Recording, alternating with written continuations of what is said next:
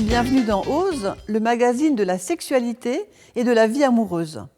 Je vous avais parlé la dernière fois des étapes du couple et cette fois-ci, je vais évoquer avec vous la fréquence des relations sexuelles. En effet, l'ajustement de ces relations sexuelles est très importante dans le couple. Voici quelques chiffres qui sont, à mon avis, révélateurs. 2 à 3 relations sexuelles par semaine en moyenne, 10 relations sexuelles par mois pour les jeunes, 8 pour les plus de 50 ans. La sonnette d'alarme est tirée chez le sexologue lorsqu'il y a moins de 2 fois par mois. Je vais aussi vous parler d'hypersexualité et d'hyposexualité. Mais généralement, ce sont plutôt les messieurs qui se plaignent de l'insuffisance de la relation sexuelle. 63% d'entre eux considèrent qu'une relation par semaine est frustrante, et cela quel que soit leur âge ou quel que soit leur mode de vie. Seuls 33% des messieurs se disent satisfaits.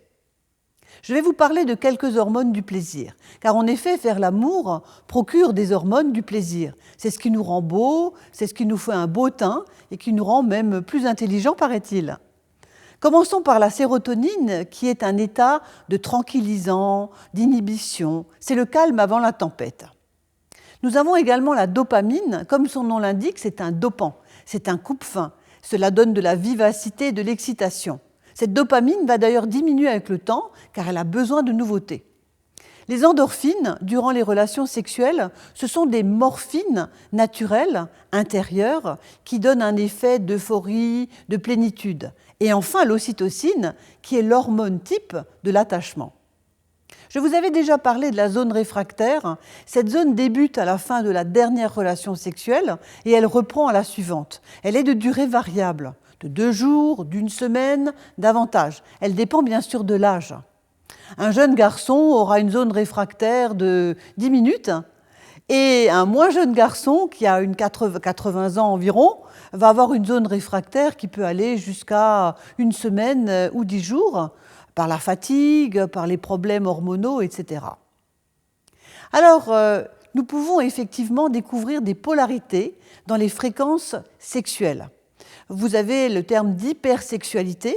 Cette hypersexualité est considérée comme normale pour un couple en phase de lune de miel, donc en phase de nécessité de l'attachement physique et affectif.